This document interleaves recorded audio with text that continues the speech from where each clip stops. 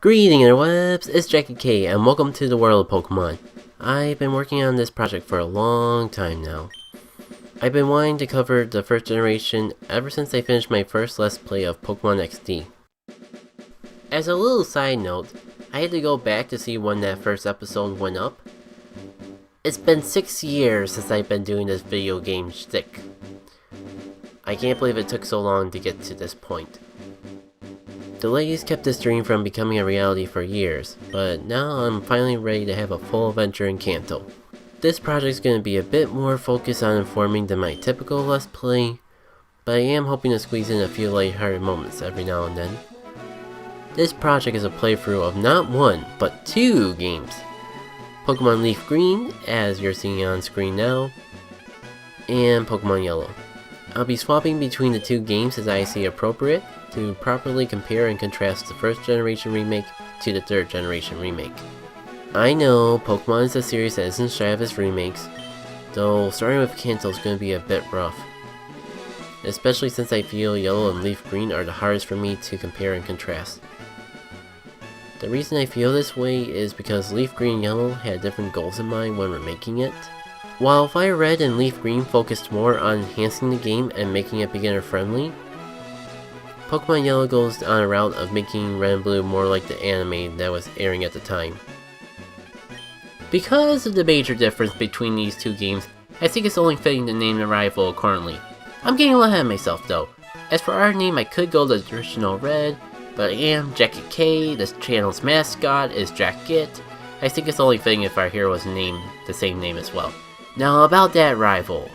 In the game series he's known as Blue, so that would be his name in Leaf Green. I know he's called Green in the manga, but come on guys, the manga was made in Japan as far as I know. And it was never localized. And I'm American, dang it! I'm recording this in America, so we're gonna get that Weeble name out of there. Nope. That's not taking it out, that's putting it in past me. There we go, we're replacing that Weeble name with Blue. Because that's his name in America. You might be able to guess what the name we're going for in Yellow is. That's right, it's Gary. The one and only Gary, that scandalous Gary Oak. Now I know I've been talking a lot about the anime and manga, so you might be wondering, what do you mean more like the anime? How tutorial heavy are we talking about when I say there's more tutorials in Leaf Green? What even is a Pokemon? What did the manga have anything to do with this? Why you keep calling the cartoon an anime, you weeboo? We'll find out the answers to all of that and more as we begin our Pokemon journey. So right off the bat, I gotta point out a tale that's as old as time. The potion in the PC. Been in about every Pokemon game that lets you store items in the PC, including Pokemon Leaf Green and Pokemon Yellow. Just go up to that PC, withdraw items, grab that potion. It's really useful to have this early on in the game. And speaking of helpful things, I go to the options because in Yellow I know it's on slow and I have to turn on fast, the text speed that is, but it looks like it's already on fast by default. Pretty useful. It's like they actually learned we wanted the text speed to go by fast. I'll just fiddle around with the settings a little more and we'll move onward.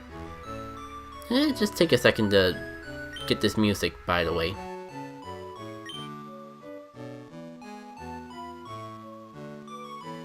A decent remix of the original soundtrack of Pokemon Yellow, Red, and Blue. Green if you're Japan. Anyways, before we move onwards, let's take a little tour of this town. We have our house, the rival's house here, which is also Daisy's house, and Professor Oak's house. And it's a little weird, because spoiler alert, the third building is Oak's lab. Makes you kind of wonder what this guy near the bottom of the map is. I guess he's a hobo. But as I was saying, Oak owns 2/3 of the property in Pallet Town. I guess when you're a famous professor, you kind of have dibs on riches and real estate. Speaking of that lab, it's lacking one Pokemon professor. Well, we've checked every house in town with no sign of him. I guess the only thing we can do is see if he's in the next town. Well, we eventually had to go this way. Of course, now he shows up after I go everywhere in town. For those of you not in the know, if you walk on grass, wild Pokemon will appear and they will fight you. Since we don't have any Pokemon yet, I guess it's a good thing Oak was here. Rat, you're kinda in the grass. You're in the grass too, Oak. I was just saying bad things happen. Oh boy. Just got done saying bad things happen if you're in the grass without a Pokemon. Oh crap, we're in for a bad time. Wait. Way to be a hypocrite, Professor Oak. I guess I'm alive to complain about it, so I don't really have that much room to complain. I guess we can't just chuck a Pokeball at everything and expect it to all turn fine though, unlike Mr. Oak here, so we're gonna need to get our own Pokemon. Thankfully, there's a nice little perk to living next door to the Pokemon Professor himself. Free Pokemon! After all, if we didn't have this luxury, we probably would have to make do with some rat or bug lying on the street. But good old Oak here is gonna give us a choice of 1 of 3 Pokemon. We even get dibs before his own grandson. What did we do to deserve that? But really, it's never really established why Oak would play favorites with the neighbor over his own grandson. I guess I can see why he seems like such a jerk. Oh yeah, he's teaching him patience. I'm not buying that, Oak. You're just playing favorites. I can't get too mad though. He seems to be taking it well, claiming to be mature and patient and not poor sport in the slight. Yeah! Mature and totally not greedy. But enough about how much of a douche Gary is. It's starter time. As you'll see on screen, we're given 3 Pokemon to choose from. Bulbasaur, Charmander, and Squirtle. Grass, fire, and water respectively. At least in the original games, Kanto region, the grass starter is the easiest to start with. The fire takes the longest to raise, but arguably has the best stats in the end. Which is why I'm starting the game with Bulbasaur. I mean, there's other reasons too, but we're basically having the Charmander effect in yellow, so it'll make for a fun comparison. Huzzah! There's our Bulbasaur. Speaking of yellow, Mr. I'm Not Greedy took the only starter, so what are we gonna do? Well, most games make you choose 1 of 3 Pokemon. This one is the exception, where we get that Pikachu that Oak just caught, and there's our starter. Oh my god, we actually just got a random rat from the street. As for names, I think I'm gonna name this little bugger luck puppy. It may not make any sense, but I mean, no one's gonna get what it's a reference to, so we're all good. My team's just been set with their nicknames for a little while. Basically, I'm gonna be sticking to the same names that I used back when this project was gonna be Jacket Yellow. I just got attached to the personifications I gave to completely abandon the team. It kinda works with showing off Pokemon in general, the team I have in mind. Personifications like Sola being a girl. Considering the rarity of a female starter, someone's going to have to gender swap it off screen. Mr. Mature always picks a star you're weak against because he's a jerk. Congrats, Blue. I wish you the best of luck for you and your new partner. Never mind. Oh, you want a fight? Fine, if it's a fight you want, it's a fight you're gonna get. Might as well get that tutorial out of the way. I'm not just saying that because this is a Let's Play. No. My least favorite part about Fire Red and Leaf Green is this tutorial heavy intro. Look at this. Oak is explaining that you have to lower the Pokemon's health to 0 to win. Maybe old man gamer instincts are coming in, but it's a little annoying. I'm just gonna lower his attack so it does less damage to me, and dang it, Oak, telling me what I already know. If anyone's gonna over-explain this game, it's gonna be me as a commentator. Really, you're telling me I have to damage the opponent to lower his health? Apparently someone skipped the part of game design where they talk about show not tell. On the bright side, I suppose if you never played a Pokemon game before, never played an RPG, never played a video game before, you'll know how to do this battling stick by the end of this fight. Not even healing is safe from the arbitrary Oak tutorial. I don't show it off because I thought just going to the bag trigger it, but trust me, he has a pointless thing to say if you use a potion. I just can't get over how force. obvious to veterans, yet vague for beginners this whole thing is. What's next? He's gonna talk about how when you win a fight you gain experience and money after I earn it?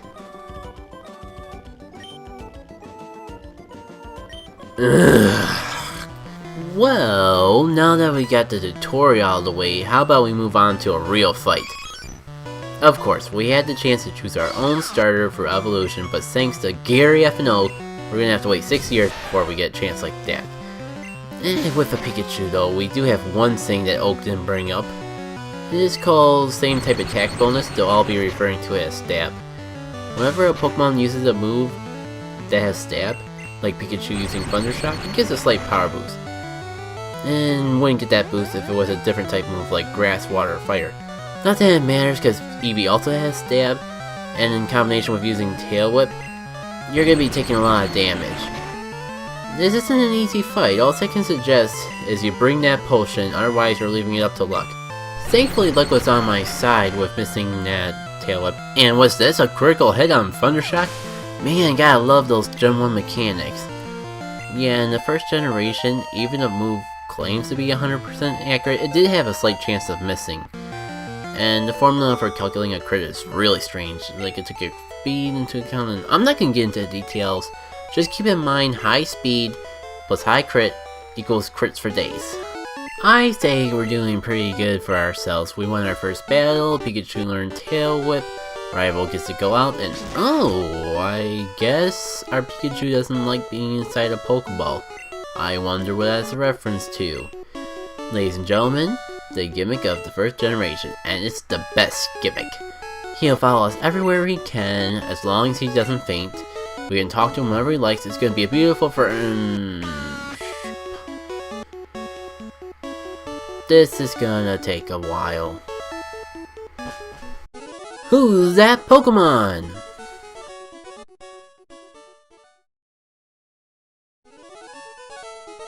It's Pidgey! Easy guess, right? Well, did you know that the Pokemon Yellow sprites are updated versions of the original Red and Blue? This is what you originally saw when fighting a Pidgey in the wild. Now back to your regularly scheduled YouTube video. Now that we got our own Pokemon, it's off to explore the world. But first, this guy, who says the same thing in Leafgreen. Pikachu is not amused. I get it's a remake, but with how much technology has improved, you got nothing new to say? It's a silly thing to get worked up over, so onwards with the adventure. Before we go too far though, talk to this guy. You want to talk to him. A free potion is a free potion after all. Don't even complain about 100 potions, just take this. Especially if you use your previous potion in the rival fight. As we move deeper into the first round of the game, I should go into the fact that because this is a comparison series, I'd like to go into the differences between the games, but I may not always get the chance. As you see now though, I'll always have like visual indications of what wild Pokemon are in each round. It may not be a perfect comparison because there are differences between Fire Red and Leaf Green with the encounter rate, but this is called Pokemon Yellow versus Leaf Green after all. I'm a bit shocked how frequent Pidgeys are in this round Yellow. They probably did that to make things a little bit easier on you though, because you know, electric starter. I suppose you could argue that in the anime, Ash encountered Pidgey on Route 1 too, but I'm gonna stick by my former theory. After all, we could play a little game if I got a little clip from Pokemon Leafgreen to pop up. Any minute now. The game, by the way, would be which Pokemon can clear the first route Pokemon quicker? Are Pikachu here or Bulbasaur? As we're seeing now, Luck Puppy's just sweeping through one Pidgey after another. But how well will Bulbasaur fare? Granted, Bulbasaur may not be the best comparison because it's less offensive base. Still, watch and observe, so let's struggle. That is not even 1/3 of the opponent's health. At least we're down to 2/3 now. Stupid crit messing up my calculations. Now I can't show off Bulbasaur's powers because I have to go back and heal, which kind of makes Pikachu seem more superior. Point is, Pikachu's too OP, please nerf. Here's visual evidence of how OP Luck Puppy is, just for the record. Thunder Shock. And done. That was nice. Okay, enough toying around now. Let's actually go to a new town. Plot twist, by the way. We were on the road to Viridian City this whole time. Welcome to Viridian City. Right off the bat, I'm gonna check out the shop because, believe it or not, it is necessary to come here to move the plot along. For the two of you who haven't played a Kanto game before, it is hinted at by the guy who gives you a potion. But if you try to stop by, you will get whisked into the role of an errand boy. And no, you do not even get to buy anything in here. So we were lied to! Lied to! For now. Before I go back to Palette though, I do want to do a little exploring in the town. Let me just heal up. This is a Pokemon Center inside. And now we resume with the tour. First of all, we may have just got to Viridian City, but we're already on the road off of it. If we go by this seamlessly pointless upper path, we can go up to this tree and get another potion. Funny enough, in yellow, this potion is actually stashed inside the tree. However, after the first generation, you can't interact with objects like this without triggering the prompt to use a Pokemon move on them. So I suppose they had to change the design slightly so you could still get that potion. After all that, I'm gonna take a couple minutes to show off the Pokemon on this side route. It's optional to even come here for a long time, but there are new Pokemon here. A couple you might find very useful for your journey. So let's begin the montage! Now, this may seem like a normal route, but the Rattata we're fighting is actually the only Pokemon similar to the ones we've encountered already. This route is your first chance to encounter Spearow, a fair early route alternative to the Pidgeys we've seen so far. You can also find Mankeys on this route in both games. This is your first fighting type you'll come across, and it's very useful to pick this up if you're lacking a Bulbasaur or Squirtle in your party. Now if you're playing Yellow, you'll have a bit more diversity of what to choose from, as there's Nidoran males and females. If you're playing Yellow, I highly recommend catching and racing either one of these Nidorans or the Mankey. There's an upcoming area that's going to be very difficult if you don't have at least something that's not resisted by rocks. And a bit of a spoiler alert, but there are only 4 Pokemon you can get up to this point in Yellow that can learn a move like that. And all the ones that have a super effective move against rock are found on this route. Mankey is your best option because you'll actually get stabbed against said move against rocks. Although the Nidorans can also learn Double Kick, which will work just as well if you are planning on using those Pokemon on your team anyways. Even if you don't plan on using any of these Pokemon on your final team, I do highly encourage you to at least catch that Mankey and race it until it learns a fighting type move. It will help you a whole lot in Yellow. Up to you if you want to do that for Leafgreen though. Because I'm crazy though, I'm not going to be catching any of the Pokemon on this route. I do have a bit of a backup plan which I'll go over in more detail once we get to the area I can catch said Pokemon I have in mind at. One more thing before we go back to Viridian City. Yes, there is something beyond this patch of grass I'm exploring, although I don't want to trigger it right now because I want to build my team up a little. It is set on a set period of progress before it disappears, but I will show it off. Just take my word for it that you don't want to come up here right away. You want to at least complete that side errand and get the ability to build your team up a little bit before going for that area. It's completely optional and, like I said, easily skippable, but I'll get more into it when the time comes.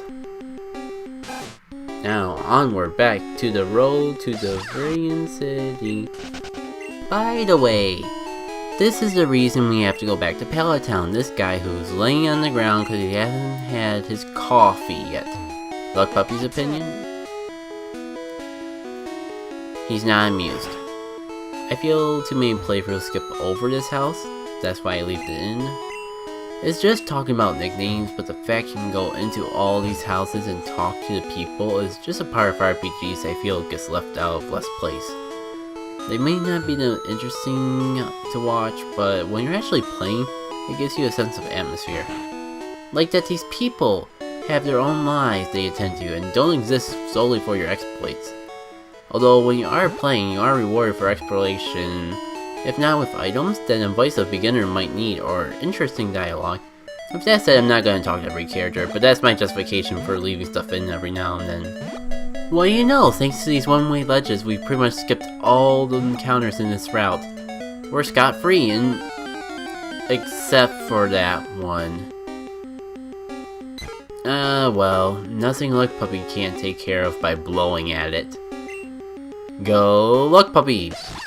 Use off-screen!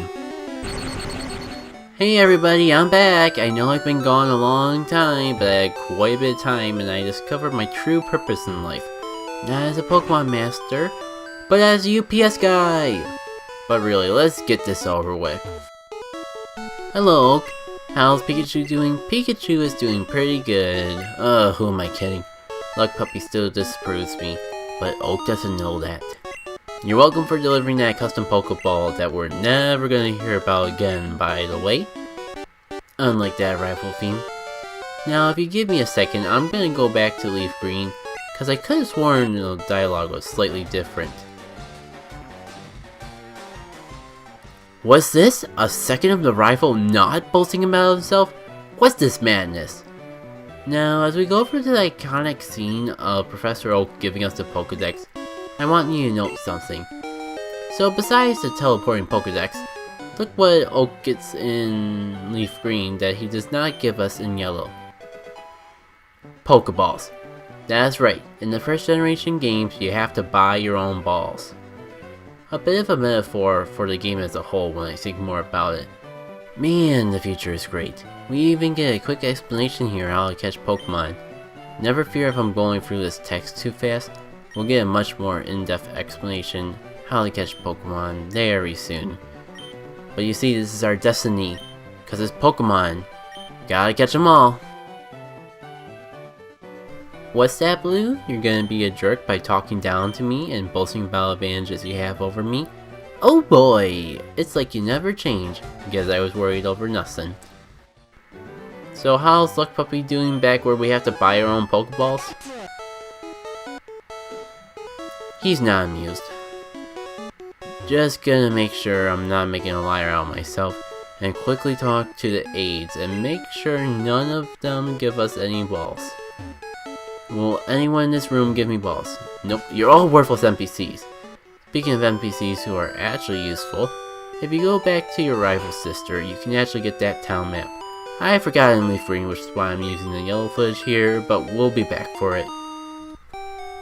Well, we may be right where we started at, but I still think this makes a good point to end the episode on. I'm just gonna go rest at home one last time, and next time on Yellow vs Leafgreen, we head off to truly begin our Pokemon adventure. See you all then.